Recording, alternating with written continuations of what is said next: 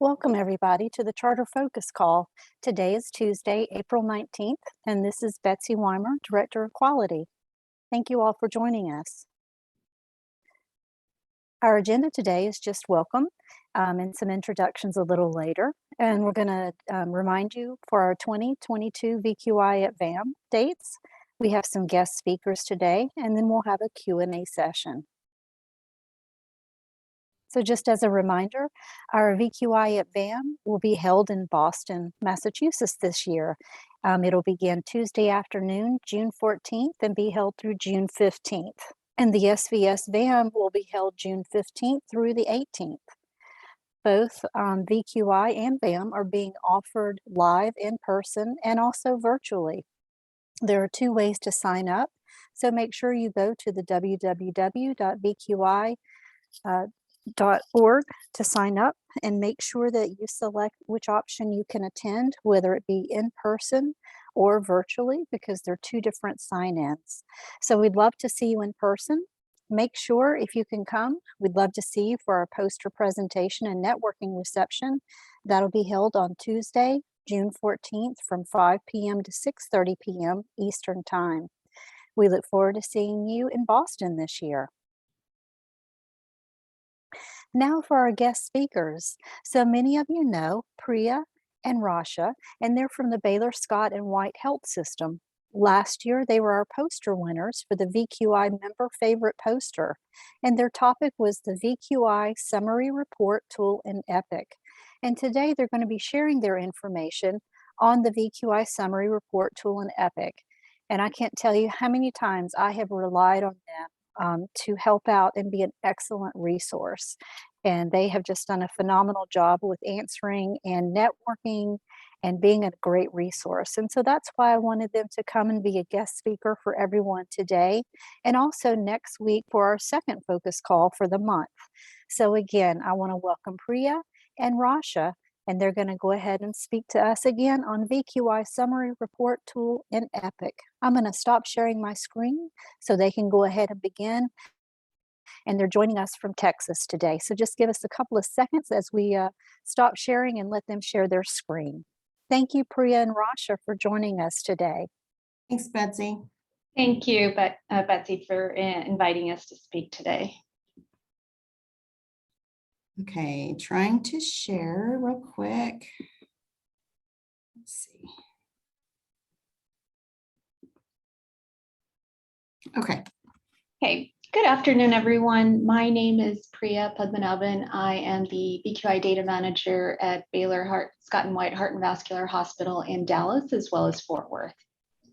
And I'm Rasha Nodine, and I am the data manager for the Heart Hospital, Denton, McKinney, and Plano.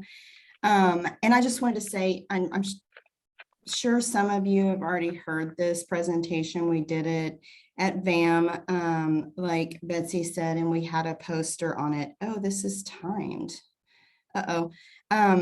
So I'll try to not goof this up, but hopefully this one's going to be a little more casual. We have a little bit more time. And, you know, if we have any questions, that would be great.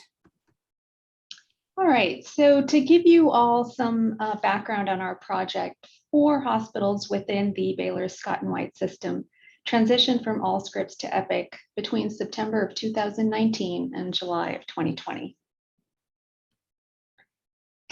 As many of you are aware, there are obviously many long-term benefits to adopting a new EHR system, but there can be challenges as well. For us specifically, the biggest impact was the loss in productivity. At baseline, immediately following Epic implementation, our abstractors experienced a 60% increase in abstraction time as compared to the previous EHR.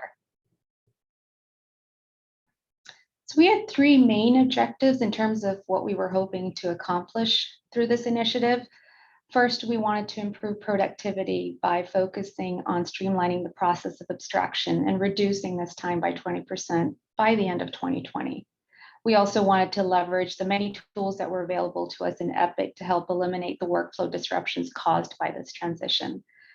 And finally, our goal was to consolidate as many key registry data elements as possible into a single report. So here's a roadmap that highlights some of the key steps we took to developing this registry report tool. We started off by collaborating with our local EPIC teams to kind of set the expectations, in defining the report criteria and selecting the required data elements that we wanted on this report. And based on this information, the EPIC team then put together a sample report that was made available to us in a test environment. This allowed us the opportunity to, validate its accuracy and provide them a final approval, after which they were able to push it into production for us. And the entire process from start to finish took us about 2.5 months. So I just wanted to give you guys a sample of what the summary looks like for us. And like Priya said, we put it in order of the way that our VQI registries flow. So Priya and I work on 7 or 8 registries together between all of our hospitals. And so, we got together and made sure that the flow fit all of our registries. So it goes in a flow kind of like a summary that you scroll through, but for this presentation, I've just taken snapshots of each section. So this first section is patient demographics, insurance, and then on the right-hand side is a care timeline. And that'll show when a patient is admitted, when they're discharged, when they had a procedure, and those procedures are hyperlinked, so it'll take you to the actual procedure information. It'll also show if a patient was transferred in or transferred out to another hospital. And then this section shows their height and weight. It shows ADL screening, which is their functional status, which is really helpful. And then their living arrangements and smoking. And then with the new infrainguinal and suprainguinal, this alcohol use and drug use has been helpful as well. And then this one is our family and medical history and surgical history. And then here we have our labs. And the first one is a hyperlink to all the labs that they've had in the hospital stay. I think it even captures, prior hospital stays. But then in this section below it only looks at the labs that VQI captures. So hemoglobin, creatinine, and A1C. And it does like the last 15 labs from, within this stay. And then we have the medications prior to procedure. So in the purple section is what they took at home. And then right below that, there's a hyperlink to all the medications they took in-house. And then in the green section is all of our imaging. So on the left-hand side are the dates, and those are hyperlinks to the actual report. And then on the right-hand side is hyperlinks to the imaging. And then up here at the top where it says registry, my physicians fill out OR forms. So that is information that I can't really get from dictated reports. So they fill those out in the OR. We grab those and then we scan them into what we have labeled a registry folder. We do this for VQI, STS, NCDR. And so anything that shows up in that registry folder is going to show up in this hyperlink. And you can do a hyperlink for anything that you want, hyperlink to an OR report, anything. And then below this is our OR information. It's very small because most of our OR information is in a dictated report, and you can't really pull information from a dictated report. You can embed that dictated report where it reads straight onto the summary, and you'll see that here in a minute, or you can do a hyperlink to it. So we just go straight to the OR report. But you can do stuff like anesthesia type, the ASA, and the preparation. But our favorite thing on this is our case time. So in Epic, you have to calculate your own time. And we had our Epic people actually do a formula for us that will calculate our case study time. And then here is all the medications that are given only in the OR. So this was really nice. You don't have to scroll through all those medications and look at times. This just gives you what was given in-house. I mean, in the OR, sorry. And then here is 2 ways to find extubation times. The first one is if it's done in the OR, and the second one is if it's done on the floor. And then here's our ICU times and our discharge summary note. And this is what I was talking about, embedding the note. It's literally just the dictated report that you can read straight on this summary. And then our antibiotics. So the ICU timeline has been a really valuable resource for us because it helps calculate the length of stay in hours, and also takes into account and includes the hours if a patient ever returns to the ICU. So on Priya's note, the hours, if they go over 24 hours, it calculates to the minute, which is very nice, so if it's 24 hours and 10 minutes, you're able to capture that, that's 2 days, instead of them just saying it was 1 day or whatever. It's been really nice. Okay, so here is Priya and I, we did some abstraction on our 2 highest, I'm sorry, lost my train of thought, on the 2 registries that we have the highest volume, and that's CEA and EVAR. And we did abstraction before the report and after the report. And after the report, there was almost over 52 and 50% reduction in abstraction time. So naturally, we were curious what a potential savings for the entire system would look like.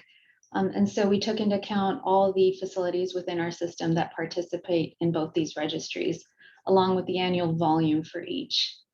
And then based on the average hourly rate of a data manager, we were able to calculate the cost per year to abstract before the creation of the registry report and then after. And we were able to eventually project a total savings of over $7,000 for the entire system.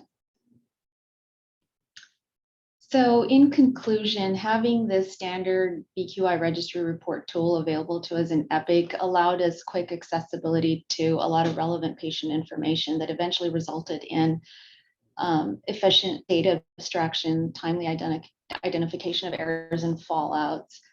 And as Rasha will vouch for as well, it definitely improved employee satisfaction.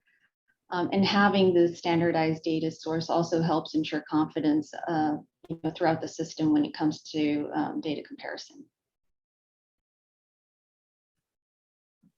So at the same time that we were building our VQI registry report, STS, NCDR, Get With The Guidelines, and IRAD, they were all building reports for their registries as well.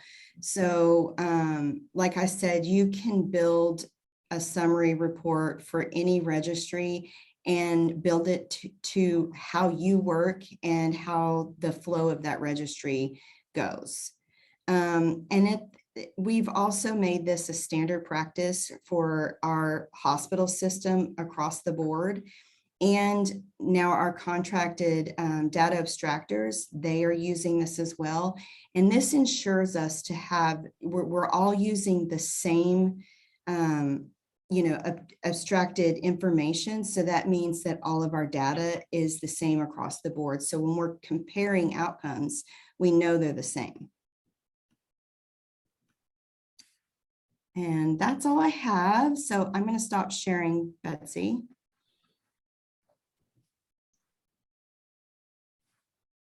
Perfect. Thank you. I had myself on mute.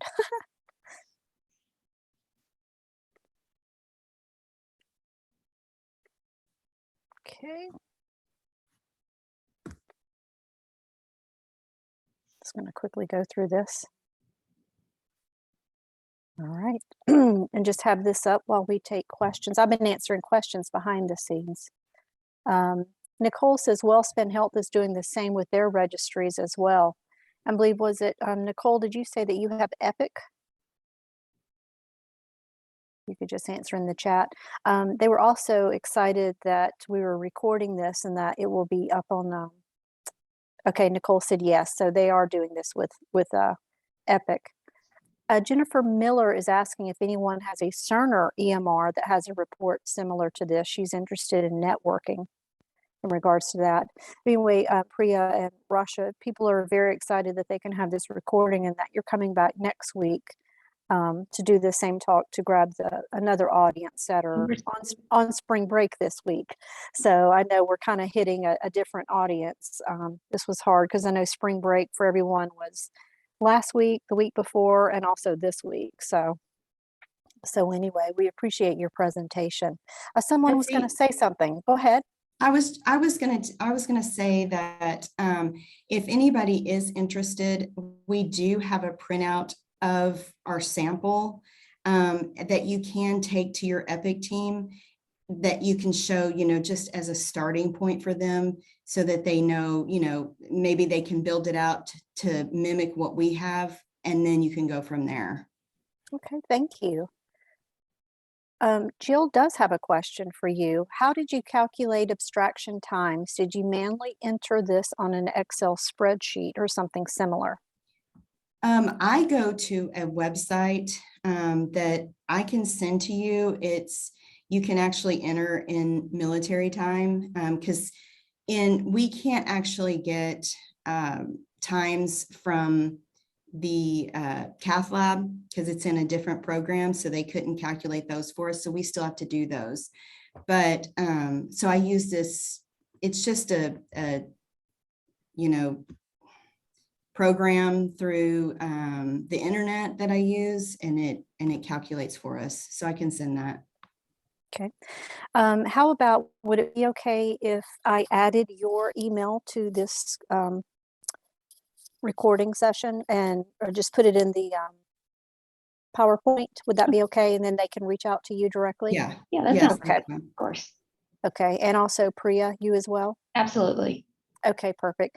So that's how we'll do this. We'll go ahead and add their emails to the end of this PowerPoint. So you can reach out to them and request that sheet. And that's how we'll go about that, because the chat box just about blew up when you were talking about that. Let's see here. Template. Yeah, would you share the template other than the sample and everything? You would share that sample? Of the print groups, yes. Okay, awesome. Okay, I'm going to send, someone has a meeting set up with their Epic team tomorrow. So I'm going to copy and paste her specific email and send that to you ladies, if that's okay. sure. Both of you are getting lots and lots of kudos for thank yous and how helpful you have been. I'm glad. We're we can help. happy to share the knowledge, of course. It takes a village, and I tell you, it's also about who you know, and I really, really do. I firmly believe that. They want to know what kind of information is on your scanned OR forms that the doctors fill out.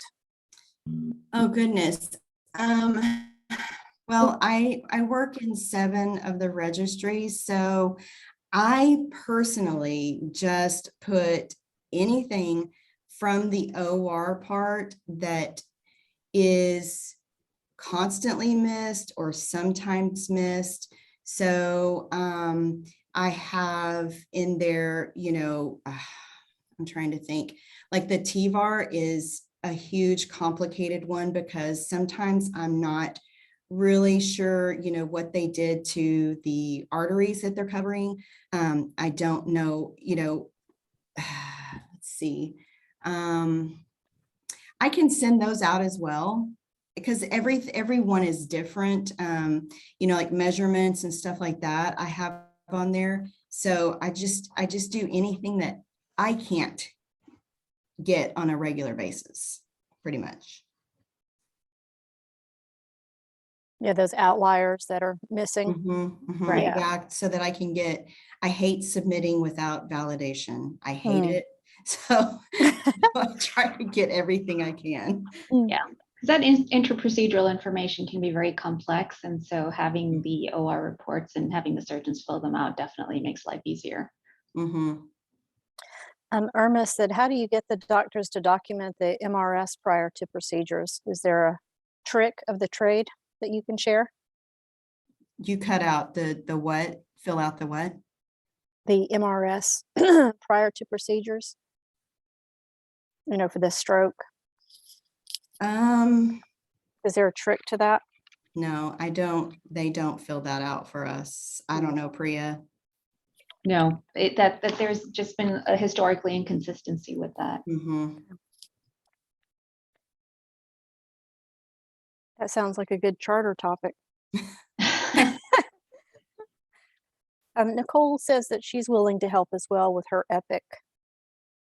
So Nicole, if you want to send in if you're willing to share your email, I can put your email also and just put Epic in parentheses beside that. You can just send that to me, bweimer@svspso.org. That'd be great.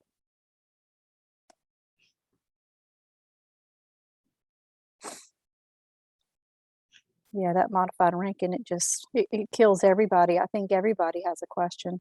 Do you utilize, oh, this one's for Nicole. Nicole, do you utilize the Cupid function in Epic?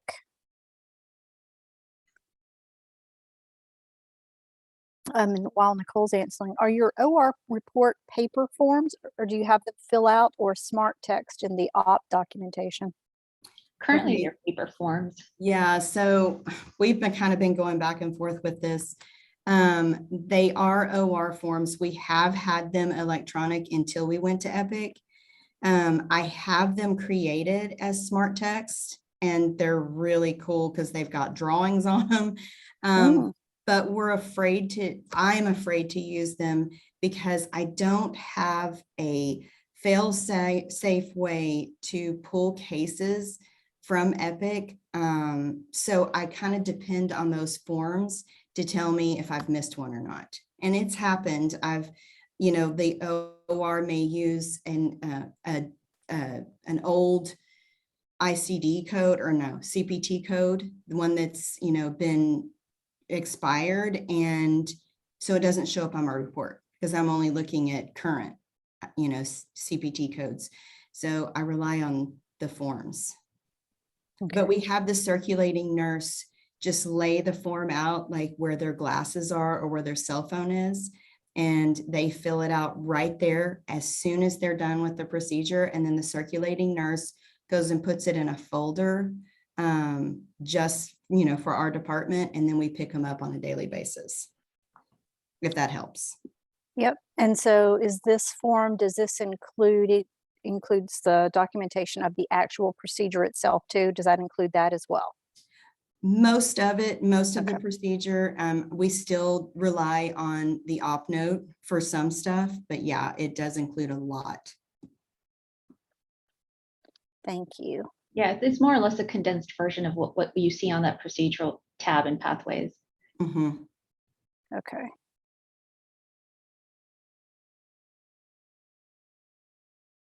And Nicole from Epic says that they have hyperlinks for the information.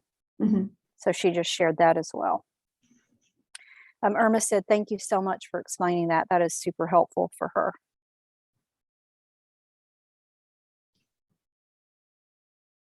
Okay. And Betsy, I can send those OR forms for anybody I send them to you for anybody that's needing those. Okay. And we can put them if it's okay with you, we can attach it to this presentation and next week's presentation. Sure.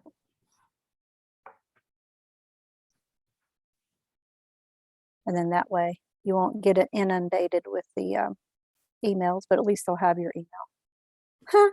Everybody said, yes, please.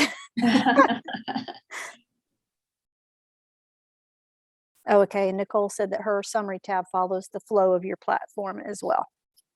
So it sounds like they're very similar. And I mean, that's how it usually is.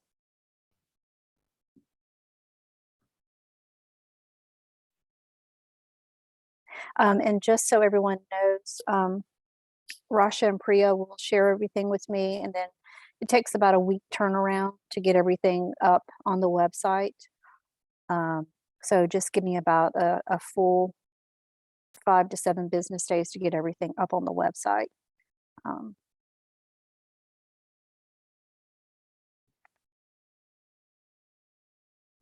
Okay, any other questions? Everybody's so excited about you guys sharing everything. And the last count I saw, we had 85 participants today. So that is double what we normally have. So I want to say thank you for starting 2022 off with a bang. Yay. So I think that's fantastic. I hope the new system has worked for everybody. I know it was a little cumbersome having to register, but I just wanted, I felt like we weren't capturing everyone available. So I'm sorry we had to change the platform a little bit, but I hope to capture, more people. So, so anyway, so I think today we definitely proved it. So awesome. And if anyone else thinks of topics that you'd like to hear about or anything, don't hesitate to email us or just type in the chat or anything. So. Well, with that, I don't want to, not that I'm wasting anyone's time because Priya and Rasha have been fantastic today. I'm really not seeing anything else other than kudos and thank you. And I mean, I'm just going to have to take a picture of all of this for Rasha and Priya. I mean, this is amazing. So, but Thank you thank for all of having you. us. Yeah. So we look forward. We're going to have them again next week. And who knows, maybe we'll have a different questions and everything. Oh, quick question. Is there a hotel for the conference with the discounted rate? Yes, if you go online and once you start the registration process, it's automatic. The hotel is discounted rate. So we always make sure and try and do that for all of you. So Lori, just make sure you go online and register through us because that hotel does have a discounted rate. Just want to share that with everybody. All right, and I can't tell you how many, again, everybody's just saying thank you, thank you, thank you. So again, if you come up with any more questions within the next week, please join us again next Tuesday, the 26th. Again, Rasha and Priya will be joining us again, and we look forward to having them. And thank you everyone for being here today, and we look forward to another great session next week. Thank you all for coming. Take care. Thank you. Thanks, All right. Betsy. See you next week, everybody. Bye-bye. Bye.